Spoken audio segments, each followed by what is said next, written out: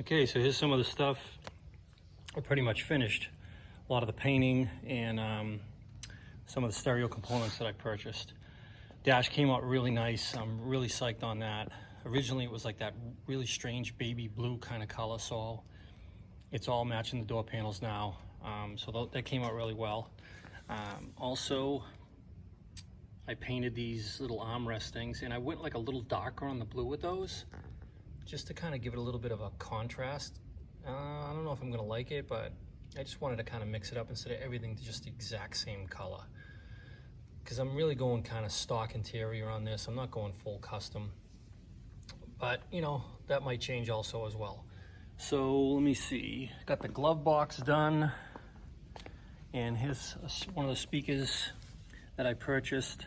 It's just a Pioneer 6x9. Nothing too fancy, but it should do the trick, I think. They weren't too expensive. Anybody interested in these? They're pretty. From what I've seen online, the reviews on them are pretty nice. This is the Dash speaker to replace that nasty original stock speaker that was in there. And I'll show you a picture of that. That thing was so nasty. But this is the company, Retro Sound. So that's a pretty good looking speaker right there. And as far as the head unit, I ended up going with this Retro Sound from Retro Manufacturing. I've read a lot of good reviews on this. It kind of keeps that vintage style look, but it has, like, you know, USB, Bluetooth, and everything else. And you can also change the color of the screen and stuff like that, which I really like, to match the gauges. And this is the bezel that comes with it, as well as I went with like chrome knobs. And these are nice. They're actually metal knobs, so pretty nice quality with that stuff. And everything is pretty laid out really nice as far as the harness. You know, you got all your power wires and then all your speaker wires here. So it's they kind of laid it out really nice. Everything's labeled.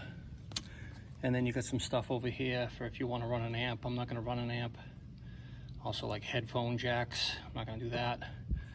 But you can also plug in a, I'll show that. You can plug in a little inside here.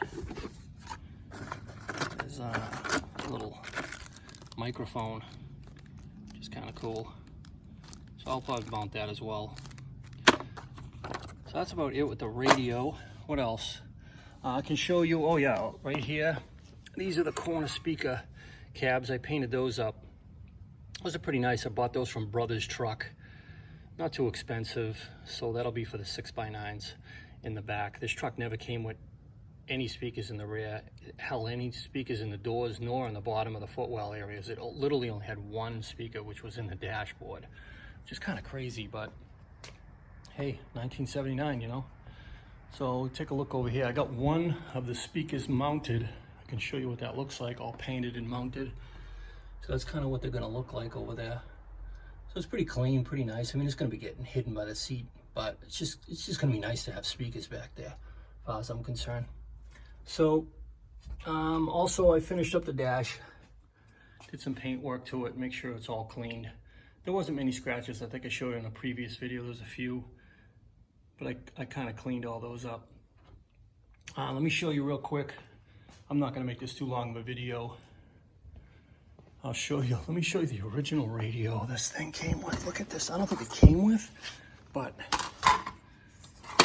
this thing has got to weigh, I don't know, man, like 15 pounds. Look at this behemoth. This thing is crazy. To remove this was like, I think it took me like 45 minutes just to get that monster out of there.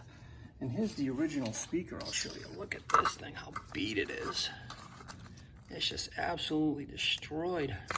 It's probably like original factory stuff right here. I don't think this, if anybody knows, let me know in the comments if this radio, you can see I got some overspray on it, but let me know in the comments if this is like the factory radio from 1979. I don't know. I kind of have a feeling it's not. Someone put that in, which I'd be surprised because my father really could care less about stereo equipment. But And he was obviously the original owner of this truck. But who knows? Maybe he did. Maybe he had a buddy of his put it in. So that's about it. I'll end this right now, and I'll give you a quick update as I go along and get the all these components inside the truck. Later.